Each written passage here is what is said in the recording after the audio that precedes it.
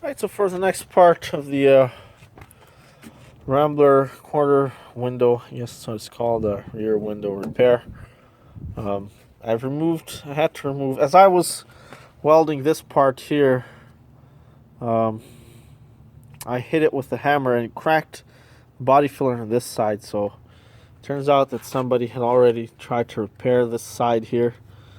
They attempted to weld a piece here. As you can see, this is a different piece, and another piece here. As you can see, that's all screwed up so that I don't use the F word. Show what I've done here. So this side is all welded up. This is, I think, is quarter. I think it's 1/4 inch plate I used here, but it's here. Watch this.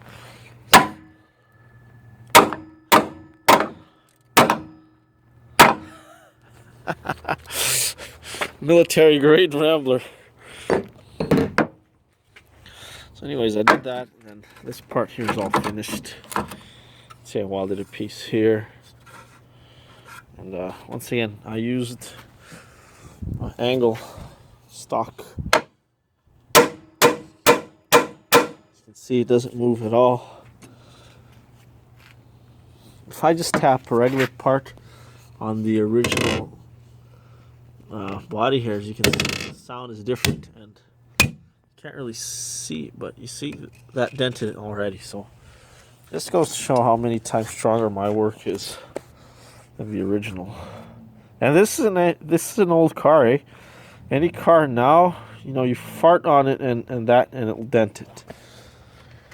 The steel used in classic cars is probably, I don't know, maybe twice as thick as the flimsy paper, tin can paper they use now. But anyways, so yeah, I'm just gonna cut this off here, probably all the way over here, and fix the screw up properly.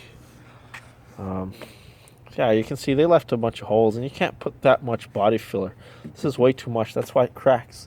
This is what happens over time. You see. So this I'll repair some other time, another day. So I want to get this finished, and I finally managed to get the window out. But this part is still glued on, so I'll do a glue review on the next video. But so I'm gonna put some polyurethane on the rubber that goes around the window in order to seal it, because over time the rubber sort of expands. Then there's a gap, and then water can go in through. And then water becomes ice, and well, it gets worse from there. So polyurethane will seal it.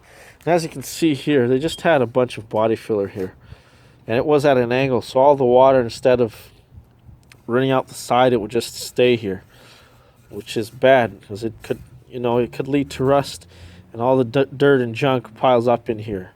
So I want this to be at least straight, then minimum. It has to be straight, so that the water doesn't stay here. And you can't use this much body filler, guys. It's just look at that. That's horrible. So at this point, I'd like to also mention a bit the difference in my work and why it's. I like to brag a bit sometimes. I always say that my work is good. It's the best and the fastest. So a lot of people, they just cut this out. They spend hours, reforming this, getting a piece of sheet, 22 gauge. I don't know. Maybe most people would even use something higher than that, which is thinner, worse. And they spend hours, forming this shape here. Me, I'm just gonna cut this piece off, put a piece of flat here, an angle, 90 degrees, an L-shaped bar. Stock, not a bar, stock you can get from the metal supply store. Then on this side, I'm going to use a piece of flat bar, and then here I'll actually form it. All right, so it's going to be much faster and much stronger, because bar or flat or angle, I believe the thinnest is 1/8 of an inch. Compare that, which is, I don't know, maybe I'm going to say 1.5 millimeters, something like that. Compare that to a regular piece of steel, let's say like 22 gauges, which is probably like 0.5 or less. It's not even half a millimeter, right? So it really is, infinitely stronger. It's a night and day difference, right? And it'll be a one-time thing, and it's faster because I don't have to spend hours forming it. It's already formed. I just put the angle here, across here, then I just form this piece, which is a lot easier, right? So that's why it's stronger and faster.